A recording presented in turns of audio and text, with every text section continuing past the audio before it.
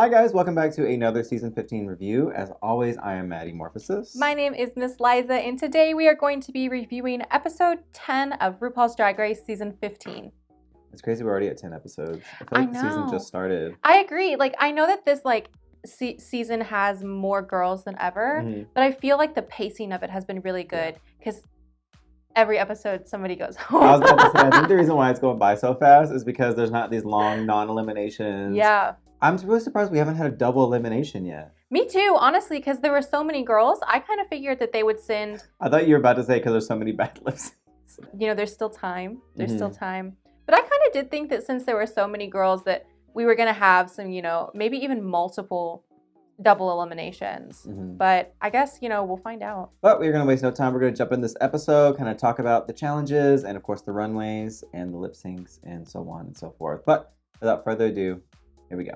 So first up in the episode, we are in the Untucked, where Miss Loosey is feeling a little jaded that the girls are not respecting her 3 wins.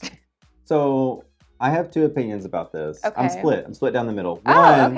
One, I'm like, you need to calm the fuck down. Those are mini challenges. Because she's like, these girls are underestimating me, but I have 3 wins. But it's like, yeah, you won Snatch Game, which is great. But the other 2 are mini challenge wins. Yeah. You know, those don't really matter for anything. But on the other hand, one of the mini challenges she won was like the reading challenge. I guess, I mean, I feel like they don't count, like, at all. Like, I think she's being delusional. True. Just in my own opinion. But I will say, in her defense, and I poked fun at her about the mini challenge things too on Twitter, but I will say, in her defense, the mini challenges, you know, the Maxi challenges, the things she's won, I feel like are really indicative of a good performance for future things like a roast or a comedy challenge. Yeah, things like that. I guess that's true. So. And like, if I won Snatch Game, that is the only thing you guys would ever hear me talking about, because I would be like, me? Snatch Game? That's all I would talk about. So, I mean, I definitely think Loosey is a really, really good performer, and I think that she is definitely competition. So I understand her frustrations, but let's touch some grass, girl. Mini challenges do not count.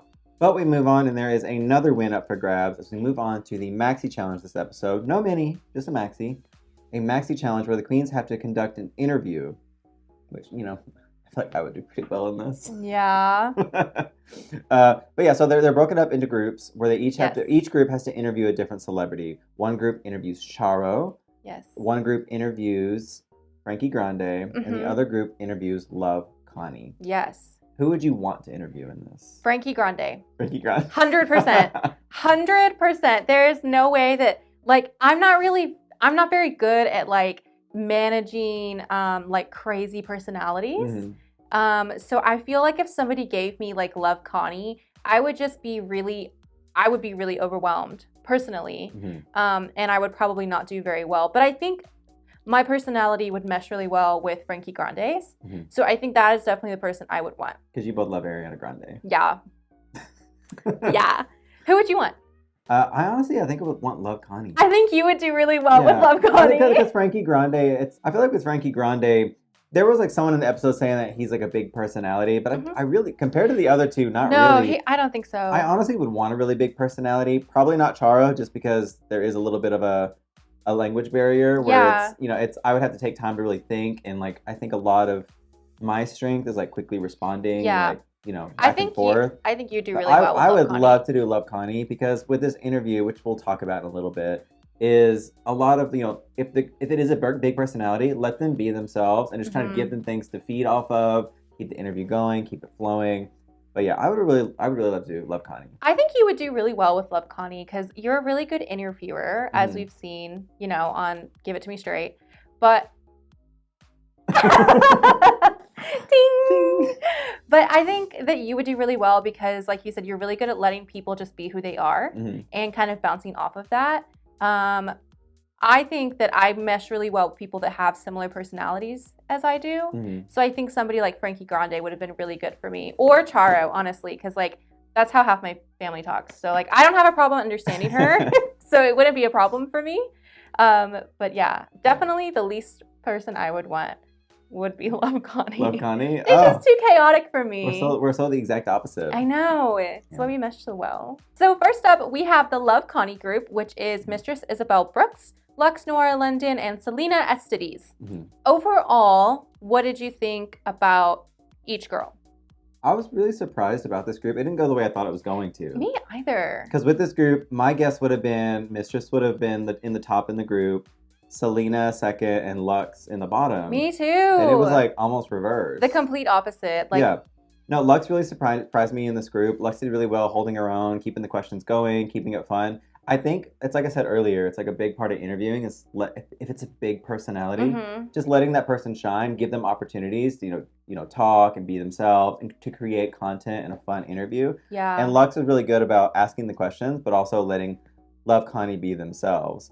Whereas the other two had a little bit more issue of getting railroaded or in Salina's case, just completely interrupting. Yeah, I think Luxx found a really good middle ground between letting Love Connie speak and making sure that she was heard as well. Like she found those pauses in the conversation where she would naturally have a response, and she always had a response. Whereas Mistress, I feel like it was so crazy to me because Mistress has such a big personality as well. I would have figured that she would have, kind of steamrolled the whole interview to make sure that she was heard. Yeah. But it was kind of the opposite. I feel like you put an even bigger personality in the room with Mistress, and she kind of just like sucked into herself. Yeah. I think that might be where Mistress is like struggling because with an interview, you're not the star of like the interview. It's always about the interviewee. And with this, Mistress has been like the star in a lot of stuff she's done so far in the competition. But this is one where like she really wants to shine and do well. But to shine and do well is to kind of take a back seat a little bit with like an interview situation. So yeah, I think it's just the perfect circumstance to like trip her up. The dynamic was very interesting. And on the flip side, we saw Salina, who didn't even let Connie speak in some scenarios and kind of just interrupted her and kept going, which I think is like the biggest faux pas in an interview, like asking a question and not letting the person completely answer it. Yeah. It I think was her downfall. Yeah. And I mean, to be fair, Love Connie does kind of go on tangents, but also too, I think with this interview, they have a list of questions they're wanting to get to. And I think with Salina, she's like, I have to hit all these questions or I'm going to go home. I'm going to be in the bottom. But it's like, it's an interview. Let these moments happen. If Love Connie's going on this crazy tangent, scrap your question. Just start thinking in your head, like the next question you're going to ask based off what she already said. Because like Connie is like almost like generating new content for you to work with, and you don't have to put her back on track, It makes me worried about how Mistress and Salina would perform in a improv challenge. Because I feel like a lot of interviewing, especially with a big personality like Love Connie, it is a lot of improv. Yeah. Because if you get too bogged down in the questions that you just, I have to answer these, then you get, there's a lot of content that you might miss. Like you said, Love Connie is generating content as you're asking it. Go with it. Just go with the flow. Yeah. I think Luxx did that really well. But overall, first group, good job, Luxx. Mistress and Salina, you're in danger, girl. Like Mistress said, she said as soon as the camera stopped, she was like, I have to go learn that lip sync song. And I think she's right. Yeah. Up next, we have the Charo group with Marcia, and Sasha Colby. I think they were both like okay. Like I didn't think there was anything really stand out about them. And honestly, I feel like both of them kind of struggled a little bit with like having like natural interactions with Charo that were entertaining. Like Sasha was doing okay, but it kind of seemed like it was just very like low energy, very chill, which I mean is okay, but it's not very engaging as a viewer. Yeah. And Marcia kind of seemed like she was just struggling to understand what Charo was saying. Yeah, Marcia was shell shocked. She was like, for sure. So spoilers, Sasha ended up winning this episode. I do feel like the interview wasn't like as entertaining as the judges are making it out to be. Yeah. But then again, I also I wasn't there, so maybe we're not getting a lot of context or seeing what it felt like in the moment. But I will say I think Sasha had the best case scenario with interviewing Charo. Like if you're interviewing somebody that you have difficulty understanding and it's such a big personality, I think Sasha did make the right choice. Like I said earlier, just letting the guests be themselves. Yeah. Just responding to what they do. Like she doesn't understand. Charo's going on her own tangent, so she throws the card. She's like, okay, so what do you want to say? Like, what are we doing here? You tell me what's going on. Yeah. Just letting her take the reins. I think that was a really good, like, she realized that she was being diverted from her original plan. Mhm. So instead of bogging down in it like Salina did, she would, like you said, just threw the cards. And she was like, Mhm. okay, we're doing this now, and we're going to make it the best that we can. And I think she did the best that she could. But I don't think, to me, it was not a winning performance. Yeah. I thought she did well. I thought she did well. I thought she could did have. fine. Yeah. Yeah. And Marcia, you in danger, girl. I think Marcia did okay. I think she did okay. She didn't interrupt the guests. She didn't like completely, like sputter and burn out. Yeah, she did her best, and she did okay given the circumstances. Yeah, she still always had something to say in response, and she let Charo talk. So I definitely think she's safe. Maybe a low safe, but like you said, we might not be seeing everything. So I'm gonna go with safe for Marcia, and also, in my opinion, safe for Sasha. Yeah, and at this point, I'm still looking at Mistress and Salina in the bottom at this point in the episode. Yeah, me too. And last but not least, we have the Frankie Grande group, which is Malaysia, Babydoll, Foxx, Loosey Laduca, and Anetra. I thought this group, because like Frankie Grande is not the biggest personality compared to the other two, I think you have a little bit more leeway to be yourself and kind of interject and have a little bit more of a moment with yourself. Yeah, I agree. It's a lot easier to work with. Again, like, I wanted him. It's the easiest one, and I was like, that's the one I still would have wanted Love Connie, because I think you could have like had a better interview, had a more fun one. I think a lot more opportunity to like high risk, high reward, have something more memorable. But overall, this group didn't do well. I was about to say they didn't do terrible. Someone did terrible. They did well though. They did well with Frankie Grande. So starting up, Loosey Laduca, I thought she did really amazing. I did too. It felt like she was a natural for this. I will say the facial expressions were a little bit much for me at times. Lucy did a good job steering the conversation, keeping it on track, but also giving that yes and. The facial expressions were a little bit. Yeah, they were like the. They were a little bit much, but I think that she did the best out of the group. Whereas Lucy kind of feels like a natural host. I think Malaysia just disappeared. Yeah, she was not in her element. No, which is so interesting because I feel like we said, Frankie Grande was probably the easiest person to interview, and she just completely disappeared. And I just feel like, how? Yeah, well, why? Whenever they were given the critiques from the judges, Malaysia said that, she got a little like uncomfortable because like Frankie is like such a big personality that she kind of got lost. But I'm like, not really. I mean, he's very confident, he's very like charismatic, but he's not like a big personality. He didn't like steamroll over. No, I feel like he's like a pretty standard guy. Yeah. But again, I wasn't there, so maybe. Yeah. But it seemed like everyone else had an easy enough time. Yeah, I agree. And Anetra, from what we've seen, is a very quiet person. Yeah. She's very confident, but she's very quiet. And she was able to really, input a lot of her own personality into their portion of the interview. So I'm really interested in knowing why Malaysia reacted the way that she did. Yeah. Because it's almost like they stuck her in a room with like no notes, no time to prepare. They said, you're interviewing Frankie Grande, go. Yeah.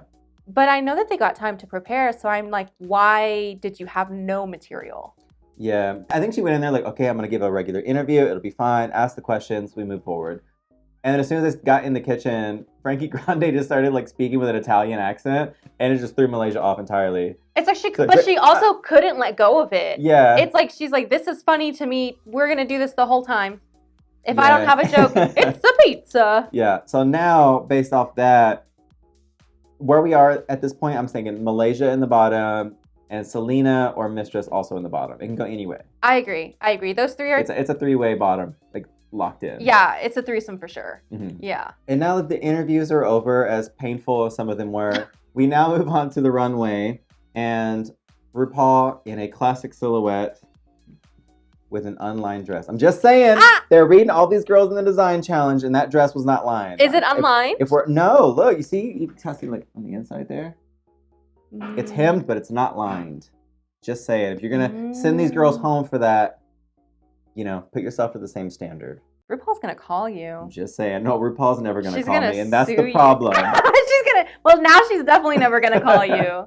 She's gonna be like, I saw your silly little show. And you said my dress was unlined. I think if anything, RuPaul would hear this, be upset, cast me for All Stars, and immediately send me home. Like, you don't even get to participate. Yeah. You just walk in and they're like, yeah. bye. She said. Yeah, that's the power she wields. But she does look good, though. She looks really good. I'm legally required to say that. Oh, so. I actually think she looks really good this episode. Like, I really love that hair. Like, with the flowers. She's good in white. Yeah, she does. Hair. She does look really good in white. Yeah. She's worn, like, white, like, 3 times this season. Yeah, it's definitely like a new like staple for her. Yeah. She used to be like a blonde bombshell. Now she does like the white. She kind of embraced her age. I was about to say she's aging gracefully. Yeah, like fine wine. I think that she looks gorgeous. So this week's theme is Night of 1,000 Beyoncés. That's such an exciting theme. I'm so ready for a Beyoncé themed challenge in Drag Race. So it's exciting to see this. She has so many iconic looks. And I know that it has to be a non-copyrighted image that you can reference the look to. So we might not get to see her music videos, you know, like movie appearances and things like that. But I feel like Beyonce is such an iconic person that she has plenty of looks that you can choose from still. Up first is Luxx Noir London. Yeah, she's coming out in a Bob Mackie inspired. It's a recreation of a Bob Mackie look. Yeah.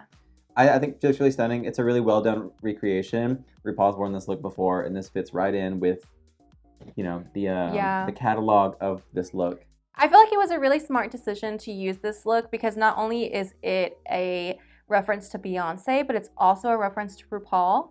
Because like RuPaul said, she actually wore this dress. So you have that nostalgia aspect. She obviously loves the garment, and this is a great recreation of the original Bob Mackie. I don't have anything negative to say about this look. No, she looks fantastic. Yeah, I mean, she looks great. Good job, Luxx. I'm doing that again. And also a dance costume like this is really great if you think you're gonna have to lip sync. Yeah, definitely. Yeah. Up next is Mistress Isabelle Brooks. I think this is really funny. It's really campy. The dress itself looks like a recreation of a Beyoncé outfit that she's referencing, so great for that. I just hate puppets. Everybody loves puppets. I hate puppets. So, I mean, I think it's funny. I recognize that it is really funny, and it's very campy, and it's very good, but part of me hates it. I love it. I think it's like the fact that she did puppets. If they were like photorealistic puppets, I would have hated it. If they look like Madame Tussauds wax museum heads, I would have hated it. The fact that they're so like cartoonish and ridiculous, juxtaposed against like a beautiful garment and mug and everything, I think it's so fun. It just adds like this fun layer of camp to a really beautiful garment. And like this is probably my favorite kind of drag, where you like take something so elegant and beautiful and then make it stupid on top of it. It's just chef's kiss. I love it. I am really surprised to see Crank Yankers in the year 2023, but she looks stunning. It's the least amount of makeup we've seen on Mistress. Yeah. And if I can just say, the judges are telling her, this is the most beautiful you've ever looked. This is your destiny, child. It's like, no, she looks amazing. The judges need to stop telling queens to wear less makeup. Yeah. If they want to be rodeo clowns or crazy big makeup, let them. Mistress has some of the best makeup that we have seen in a hot minute. Personally, that's my personal opinion. Yeah. She wears so many fucking cosmetics, but it looks so blended and so gorgeous. That bitch knows how to paint. And she's wearing the least amount of makeup that I've ever seen her wear here. She looks gorgeous, but I wish that the judges wouldn't tell her that this is the most gorgeous she looks, because she's actively trying to look like somebody else. Yeah. And also too with this, if she painted like this all the time, she'd look like half of like all the drag queens. Right. But the way she paints is so like iconically Mistress. It's like don't persuade her to go away from that. Right. And as we can see, obviously if she didn't take it to heart, she still paints the way that she is, you know, it's her signature mug. So I'm glad that she didn't, you know, take that one compliment and run with it. Yeah. But she still looks gorgeous, but I love it when she has like the entire cosmetic counter on her face. Yeah. So this is probably my favorite look for the night. Yeah? I think so. I know it's your least favorite because of the puppets. It's not my least favorite at all. Well, we'll get to that, We'll get to it, I guess. Yeah, moving on. Up next, we have Salina EsTitties. I think she looks really beautiful here. I think it's the most beautiful she's looked all season. She looks really stunning.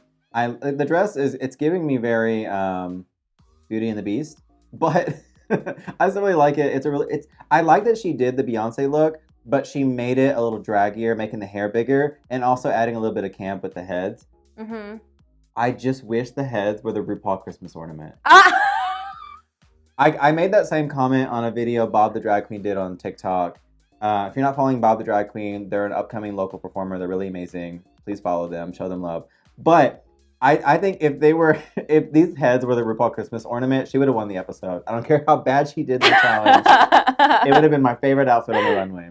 But yeah. I think she looks absolutely phenomenal. I think that this is the most beautiful Salina has looked.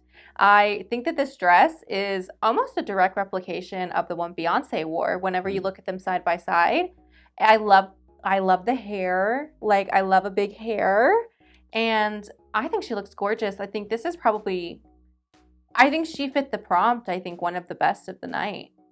Because, the side by side, the garments look exactly the same. Yeah.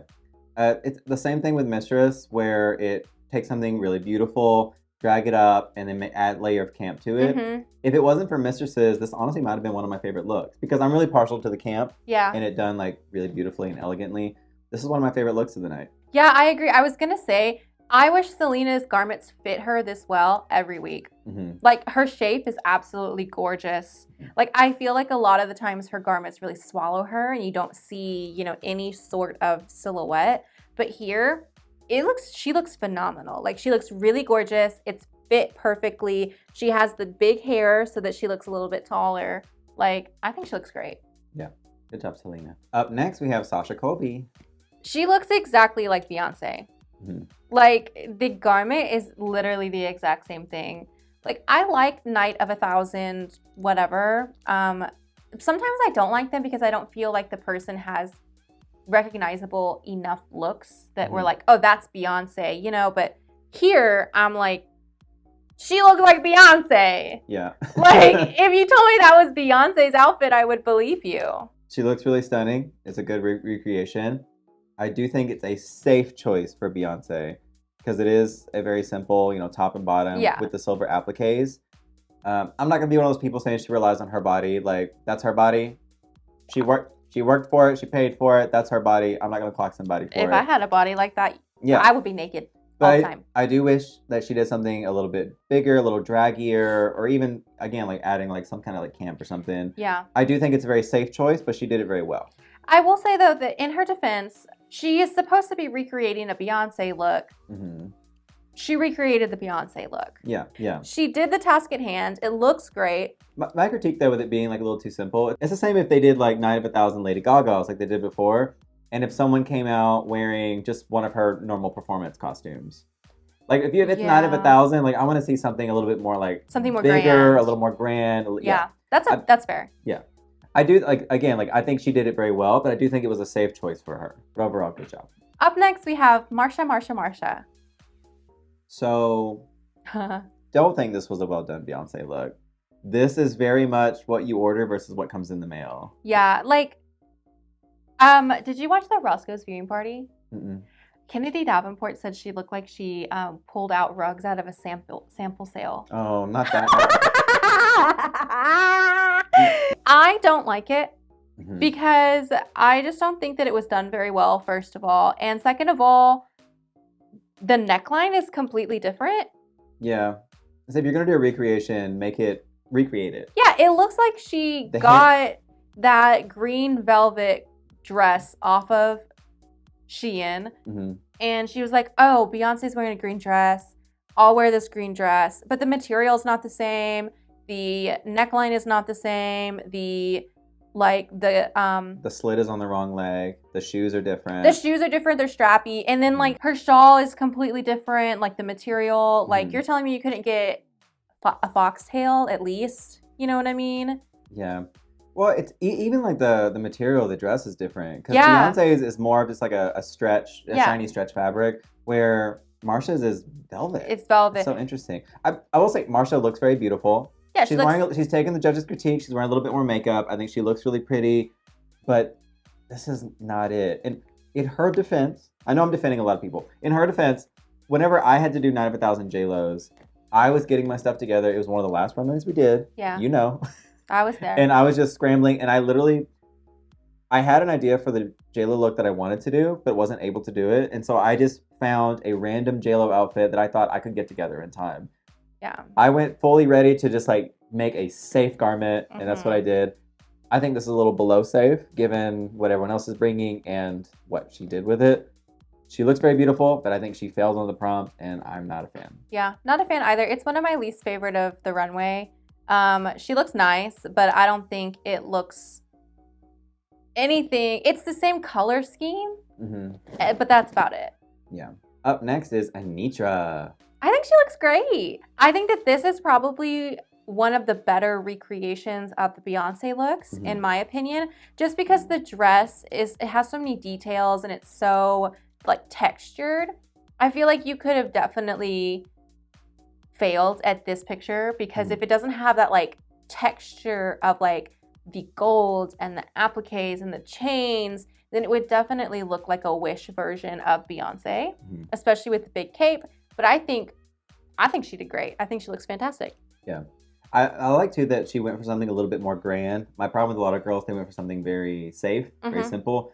Anetra did something very grand, and I also wouldn't have expected that for her because Anetra's drag style is a lot more kind of form-fitting, cat suits, costumes, you know, dance numbers. I would have expected a performance outfit, but she went for something just a lot bigger, and I'm really happy to see it. I think she did a good job recreating it. It was very grand, and yeah, I don't have a lot to say. She did great on this one. I think she looks great. Head to toe, it looks just like the reference picture. Still not my favorite look of the night, but one of my favorites.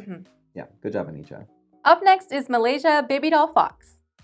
So I know a lot of people didn't really like this look, but I thought it was well done enough. People didn't like it? Yeah, I saw a lot of people online. They weren't like a big fan of this look. Oh, I thought it was fine. I do have critiques with it. I thought she did really well. I wouldn't have expected this with Malaysia. It's like we said before, she doesn't show her body a lot. She wears these full gowns.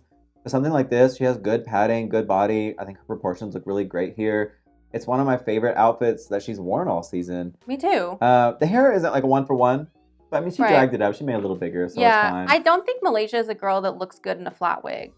So, yeah, maybe she knows it too. Well, I mean, good for her, because some girls be wearing these flat wigs and they should not. Yeah, I definitely I like this wig a lot better than the one she wore in the challenge. Yeah. Yeah, she's known for the bob. I will say, like, one critique I had, there was a little bit of like fit issue on the back, like the black underwear was kind of poking out a little bit too much. But aside from that, I don't have a lot of critiques about this. I thought she did really well with it. I'm really surprised people online didn't like it. Did you guys not like it? Like, let us know in the comments, because I thought it was one of my favorite Malaysia looks. Yeah. I thought the fit was really well. Her body looks nice. She looks good. Yeah, it's a decent recreation. I mean, the pattern isn't a 1-for-1 on the pattern, but I mean, that's a really, really weird pattern. That's very specific. It's very specific. You have to like hand paint that if you want to match it, probably. Yeah. But I thought it was fine. I thought it was fine too. Horrible in the challenge. Horrible in the challenge. But for the runway, I say good job, Malaysia. Yeah, me too. Good job. Poisonally. Yeah. Up next is Loosey Laduca. I think Loosey looks fantastic. I really love the how embellished this pantsuit is. However, if you're going to do an iconic pop culture moment like Beyoncé revealing her baby bump, where is the bump? Where is her baby bump? You are corseted to the gods, and you're like, where's the bump? That's like the whole pop culture moment is her bump. We don't care that she's wearing a pink suit. We care that she's pregnant. Yeah, no, it's like she came out and she's like, oh, I'm showing Beyonce's iconic baby bump. Like, that's a Taco Bell bump at best. That's bloated like I ate too many pieces of bread. Yeah, no, it's not. She has like the tiniest little fupa, and she's like, I'm pregnant Beyonce.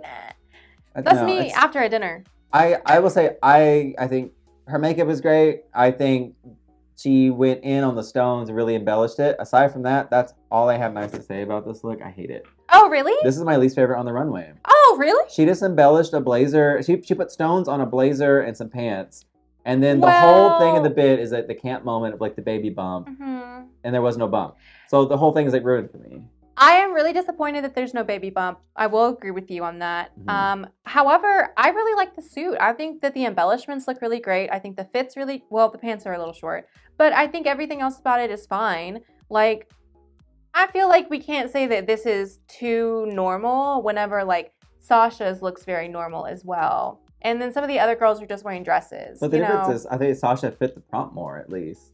Well, other than the bump, the loss of the baby bump. Well, outside of the bump, I think this is an extremely safe choice. This is like you buy a pink blazer, some black pants that you can find at like a Zara, and you bring your friends over to stone it. You're telling me that you don't like this look more than you dislike Marcia's. You're telling me Marcia's was better than this? Her look, no, but she also didn't Okay. come out there with a whole bit that was like crash and burn. I am sad that there's no bump, but Marcia's look was not better than this. I think we're looking at it from different angles. I think we're wanting different I feel things like from the runway. You want that camp, that funny so bad that the fact that I it's not guess. there, you're like, throw it away. I think if she had a slightly bigger or any baby bump, then I think the look would have been really good. Mhm. The fact that it's not there, it does really kill it for me. Definitely not my least favorite on the runway. I think just because of the fact that it's just a blazer and pants. Because even with Marcia coming out, I'm like, oh, she looks really pretty. It's a beautiful dress. But with Loosey coming out, I'm like, oh, she's just wearing like pants and a blazer. This is like a low placing evening wear at a Mr. pageant. I don't know, and the judges gave her props. They said you took her look and really dragged it up, but I don't think so. She added stones. Maybe it looked really beautiful in person, and Maybe. the cameras just really aren't catching the, Mhm. facets of the stones. Yeah, just whenever she rounded the corner, I was watching it on the screen. If she rounded the corner, I was just like, oh.